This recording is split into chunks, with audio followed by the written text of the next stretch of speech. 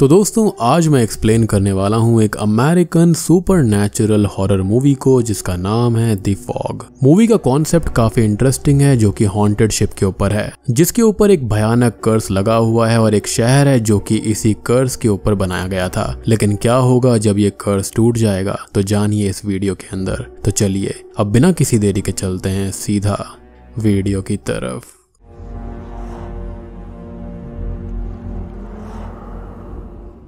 Movie की शुरुआत में हम एक शिप को देखते हैं जिसके ऊपर आग लग जाती है और उस आग से बचकर भागते हुए 4 लोग एक बोट लेकर उस शिप से दूर जाने लगते हैं। पर तभी थोड़ी दूरी पर उन्हें फॉग घेर लेता है जिसके बाद सडनली उनमें से एक को पानी के अंदर कुछ खींच लेता है और ये सीन यहीं पर कट हो जाता है। अब हमें लगभग 100 साल बाद का सीन दिखाया जाता है जहाँ पर उन्हीं 4 लोगों के स्टैचू उसी सी शोर के नजदीक बनाई गई थी क्योंकि समहाउ उन्हीं की वजह से ये आइलैंड बचा था जिसके बाद यहाँ पर ये शहर बसाया गया और यहाँ के उन 4 लोगों को 4 ओल्ड फादर्स कहते थे। अब हम डैन नाम के एक लड़के को देखते हैं जो कि वहीं सी साइड पर फिशिंग का काम किया करता था और दूसरी तरफ हम एक कपल को भी देखते हैं जो कि जल्दी ही एक दूसरे से शादी करने वाले थे और उनके नाम होते हैं निक और एलिजाबेथ। अब एक दिन जब डैन अपने दोस्तों के साथ बोट पर पार्टी कर रहा होता है तभी समुद्र की तरफ से बहुत ही ज्यादा फॉग फैलते हुए आने लगता है जो कि उनकी बोट को कुछ ही सेकंड्स के अंदर पूरी तरह से घेर लेता है। वहीं दूसरी तरफ हम एक बूढ़े आदमी को समुद्र के किनारे से एक वॉच को उठाते हुए देख पाते हैं जो कि मे भी समुद्र से बहकर वहां पर आ गई थी।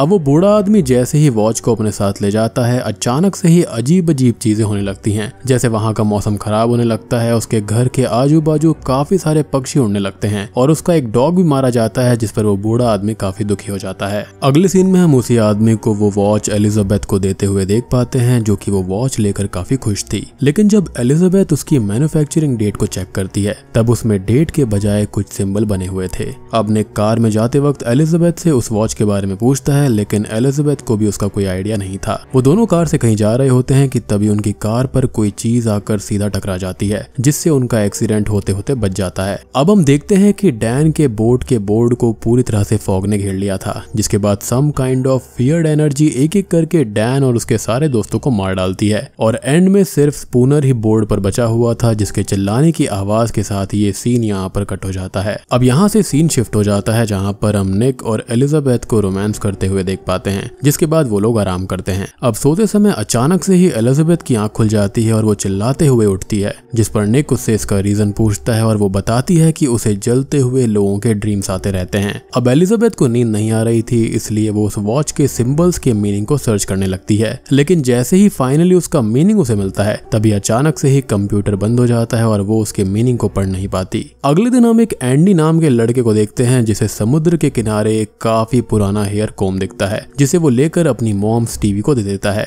अब स्टीवी जैसे ही उस कोम को एंडी के जाने के बाद में साफ करने लगती है तो उसके ऊपर भी हम एज अ व्यूअर वही सिंबल देख पाते हैं जैसे कि हमने वॉच के ऊपर देखे थे, यानी कि इन दोनों ही चीजों के बीच में कोई ना कोई कॉमन कनेक्शन था। अगले दिन एलिजाबेथ लाइब्रेरी के अंदर जाती है और उन सिंबल्स के बारे में पता करने लगती है जहां पर उसे उसी के अंकल मिलते हैं जो कि उसको ये बताते हैं कि ये सिंबल एक समय पर प्रिंस विलियम आइलैंड वाले 1860 टू 1871 के समय में यूज करते थे जहां उस समय के ट्रेड को स्पेसिफाई करने के लिए सिंबल यूज किया जाता था। लेकिन जब उस आइलैंड पर हैंसन डिजीज की बीमारी फैल गई थी तब सारे ट्रेड भी बंद हो गए थे और उसके बाद में ये सिंबल वाले सामान मिलना भी बंद हो गए। अब हैंसन्स डिजीज एक ऐसी डिजीज होती है जिसके अंदर स्किन के ऊपर जो होते हैं वो लाइट कलर या फिर रेड स्किन पैचेस होते हैं जिसके चलते आपके हाथ पैरों के अंदर रेडियो सेंसेशन होती है, नमनेस हो जाती है और काफी कमजोरी रहती है। इसके अंदर नर्व इंजरी होना और वेट लॉस होना भी काफी आम बात है। अब निक को उसके पिता से ये पता चलता है कि डैन अपने दोस्तों के साथ बोट लेकर गया था लेकिन पूरे एक दिन बीत गया है और वो अभी तक नहीं आया। शायद उनकी बोट मिसिंग हो गई है जिसके लिए निक और एलिजाबेथ एक दूसरी बोट लेकर डैन और उसके दोस्तों को ढूंढने निकल जाते हैं और कुछ ही देर के बाद में उन्हें उनकी बोट भी मिल जाती है। अब उस बोट पर जैसे ही निक जाता है उसे बोट के अंदर डैन की डेड बॉडी दिखती है और बोट के लीवर से जुड़ी हुई उसके दोस्तों की फ्रेंड्स की डेड बॉडी भी मिलती है। वहीं पर अब एलिजाबेथ को एक फ्रीजर के अंदर डैन का दोस्त स्पूनर भी दिखता है। वैसे तो सभी लोग मारे गए थे लेकिन स्पूनर अभी जिंदा था। अब बोट को किनारे पर लाया जाता है जहां पर पुलिस जो होती है वो स्पूनर को ही सस्पेक्ट मानने लगती है लेकिन पहले उसे हॉस्पिटल हॉस्पिटल भेजा जाता है। तब तक निक भी बोट में से एक कैम रिकॉर्डर बिना किसी के देखे उठा लेता है, क्योंकि उसे भरोसा था कि ये स्पूनर ने नहीं किया है और उस कैम रिकॉर्डर के अंदर जरूर कुछ ना कुछ इंपॉर्टेंट रिकॉर्डिंग हो सकती है। एलिजाबेथ उस कैम रिकॉर्डर को लेकर अब निक के एक बोट हाउस में जाती है और वहां बैठकर उसको देखने लगती है, जहां उसके रिकॉर्डिंग के अंदर उसको ये पता चलता है कि अचानक से ही जब पूरे बोट पर फॉग फैल गया था, तभी सडनली सभी की अपने आप ही डेथ हो गई। तभी इसी के बीच में उस बोट हाउस पर एलिजाबेथ को एक अजीब सी आवाज भी सुनाई देती है, जिसे जब वो फॉलो करते हुए जाती है तो वो बोट के पूल में गिर जाती है, जो कि सी से ही जुड़ा हुआ था। वो अब उस पूल से बाहर आने की कोशिश करती है, लेकिन फिश ट्रैप उसके शरीर के चारों तरफ अटक जाता है, जिससे काफी स्ट्रगल करने के बाद में उसे पूल से बाहर आना पड़ता है। लेकिन इन सभी के बीच में उसका कैम रिकॉर्डर उसी पूल में गिरकर खो जाता है। ऐसा लग रहा था जैसे कि कोई जानबूझकर ऐसा करना चाहता हो। अब दूसरी तरफ हम स्टीवी को देखते हैं, जो कि अपने रेडियो एंकरिंग के काम पर जा रही थी, और जैसे ही वो अपनी एंकरिंग स्टार्ट करती है, अचानक से ही उस सी शोर से मिले हुए उस कोम के अंदर आग लग जाती है, जिसके बाद वहां की काफी सारी चीजें अपने आप ही वर्क करना बंद कर देती हैं, जो कि काफी वियर्ड था।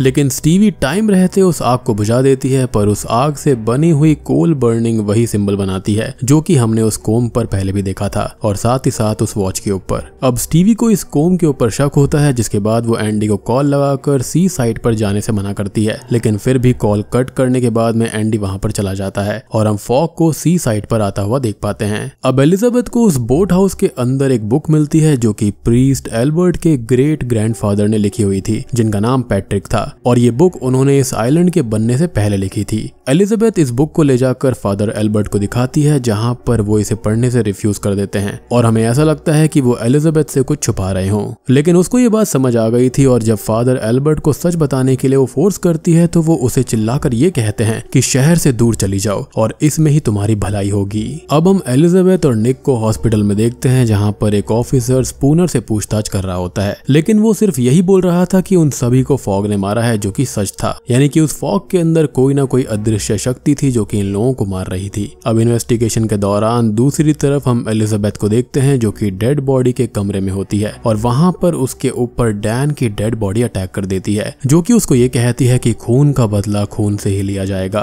जिसके बाद वो डेड बॉडी वहीं पर गिर जाती है। लुक्स लाइक कि उसके अंदर कोई ना कोई स्पिरिट आ गई थी। और जब सभी लोग एलिजाबेथ के चिल्लाने की आवाज सुनकर वहां पर आते हैं, तो किसी को भी एलिजाबेथ की बात पर बिलीव नहीं होता कि डैन की डेड बॉडी मूव कैसे कर रही थी। अब वो दोनों दूर जाकर इस चीज पर बात करने लगते हैं, जहां पर एलिजाबेथ उसे बताती है कि उससे कैम रिकॉर्डर कहीं पर खो गया है, जिस पर निक थोड़ा सा गुस्सा हो जाता है। लेकिन आगे एलिजाबेथ ये बताती है कि उसे उसकी हाउस बोट पर एक बुक मिली थी, जो कि फादर एल्बर्ट के ग्रेट ग्रैंडफादर ने लिखी थी, और उसमें उन्होंने काफी सारी इसी शहर से जुड़ी हुई मिस्टीरियस बातें लिख रखी हैं। वो यहाँ पर ये भी पॉइंट आउट करती है कि अगर हम लोग इस शहर की फोटोज देखें तो 1835 और 1860 तक ये शहर कोई ज्यादा खास डेवलप्ड सिटी नहीं थी, लेकिन अचानक से ही 1871 में मानो पूरे शहर की काया पलट हो गई, और 1871 से ये शहर अचानक से ही काफी एडवांस हो गया और अमीर हो गया। और फिर दोनों सोचने लगते हैं कि इसका रीजन क्या हो सकता है। तभी हमें पास्ट की एक क्लिप दिखाई जाती है, जिसके अंदर वही 4 सेलर्स थे जिन्हें हमने मूवी की स्टार्टिंग में देखा था, जहां पर वो चारों इस सिटी को बचाने के लिए एक दूसरे से वादा करते हैं। जिसके बाद में ये सीन यहीं पर एंड हो जाता है।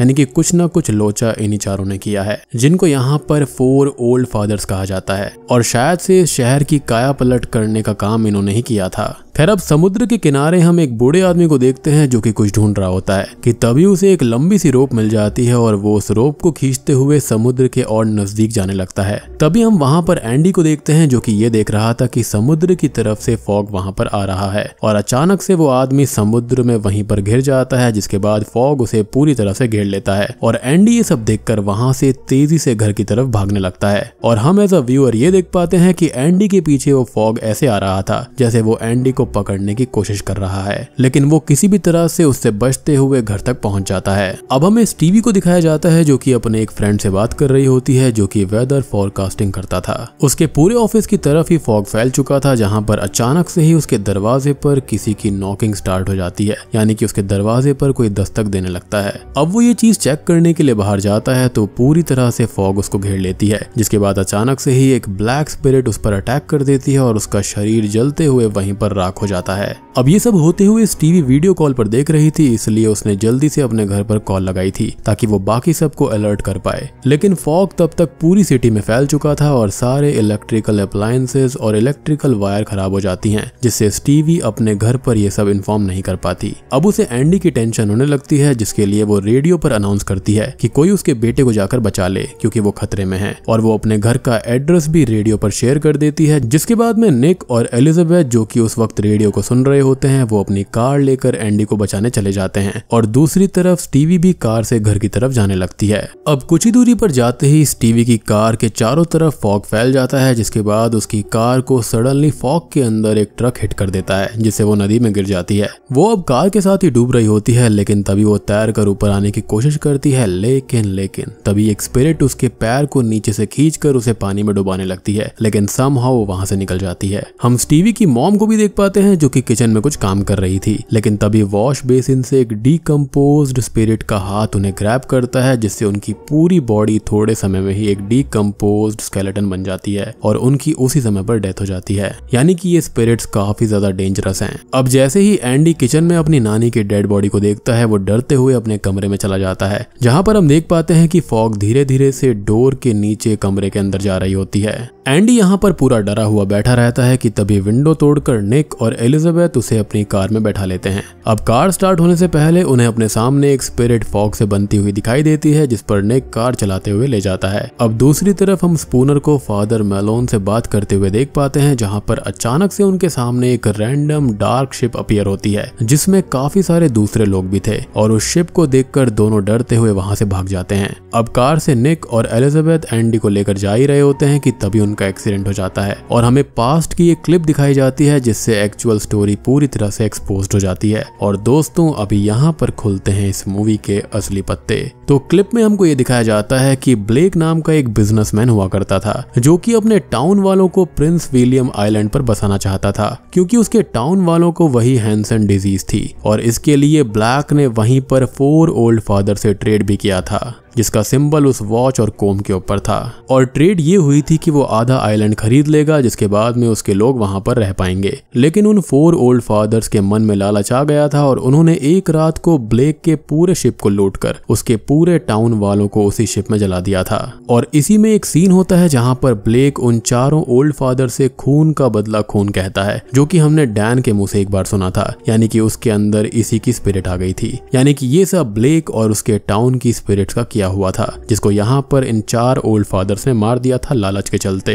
अब चारों ओल्ड फादर्स ने जो पैसा लूटा था उन्होंने इस शहर के अंदर लगा दिया, जिसके अंदर फिलहाल अभी सब रह रहे थे। और ये चीज यहाँ पर एक्सप्लेन करती है कि इस शहर के अंदर अचानक ही सारी चीजें एडवांस क्यों हो गई थी। यानी कि ये फॉग और उसमें अपीयर होने वाली सारी स्पिरिट्स ब्लैक और उसके टाउन के लोगों की ही थी। लेकिन ये सारी स्पिरिट्स अचानक से ही कैसे सिटी पर अटैक कर देती हैं, तो इसके बारे में हमको थोड़ी देर में पता चलेगा। अब निक एंडी को उसकी मॉम से मिलवा देता है, जिसके बाद शहर के मेयर, फादर मेलोन, स्टीवी और बाकी सब एक म्यूजियम में जाकर छुप जाते हैं। और यहाँ पर सबको ये बात पता चल जाती है कि ओल्ड फादर्स ने सबको धोखा दिया था, जिसकी वजह से ब्लेक और उसके टाउन वाले अब वापस आ चुके हैं, यानी कि उनकी स्पिरिट वापस आ गई हैं। अब ब्लेक और बाकी स्पिरिट्स एलिजाबेथ की मदर, शहर के मेयर और फादर मेलोन को मार डालते हैं, जहाँ पर ब्लेक एलिजाबेथ पर भी अटैक करने लगता है। लेकिन वो एलिजाबेथ को मारने के बदले उसे किस करता है, जो कि सबसे ज्यादा शॉकिंग सीन था इस फिल्म का। जिसके बाद में हमको एक और असली पत्ते पता चलते हैं कि यहाँ पर एलिजाबेथ असल में ब्लेक की ही वाइफ थी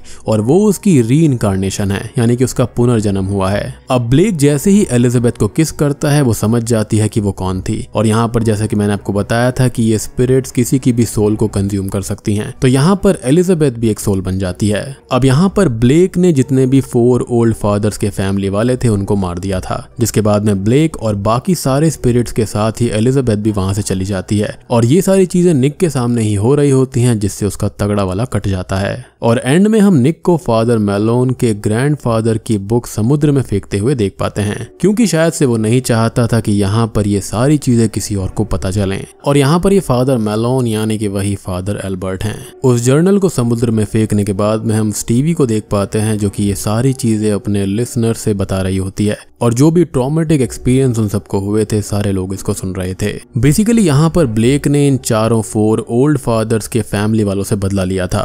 और बात रही एलिजाबेथ की, तो उसके साथ भी इन 4 ओल्ड फादर्स ने बहुत ही बुरा किया था। अब निक बस इस चीज को ही सोचता रहता है कि एलिजाबेथ ऐसे ही हवा में कहाँ गायब हो गई, और जो उसके साथ में ट्रॉमेटिक एक्सपीरियंस हुए थे वो उसको ही हमेशा देखता रहेगा। और वो इसी के साथ में फॉग मूवी यहीं पर खत्म हो जाती है।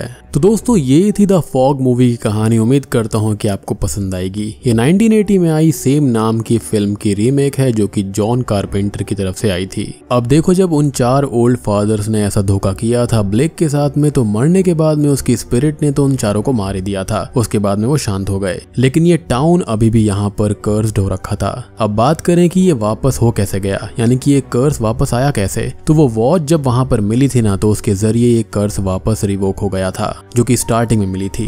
और शायद से उसके बाद में जब वो वॉच एलिजाबेथ के हाथों पे आई थी, तो मेरे ख्याल से ब्लेक उसको ही अपने साथ लेने आया था क्योंकि वही उसकी वाइफ थी। तो उम्मीद करता हूँ कि अब आपको ये पूरा कॉन्सेप्ट अच्छे से समझ आ गया होगा। अब देखो, जो ओरिजिनल मूवी है वो अच्छी तो है, लेकिन वहां पर जो इफेक्ट्स वगैरह दिए गए हैं ना, वो काफी बचकाने से हैं। तो इसलिए ही मैंने ये वाली मूवी को एक्सप्लेन किया। अगर आप चाहते हैं कि मैं पुरानी वाली को भी एक्सप्लेन करूँ तो कॉमेंट में लिख देना, मैं उसको भी जरूर एक्सप्लेन करूंगा। तो वीडियो पसंद आई हो तो लाइक कर देना, चैनल के ऊपर नए हैं तो सब्सक्राइब कर लीजिए। तो मैं आप सबको मिलता हूं अगली वीडियो के साथ में, तब तक के लिए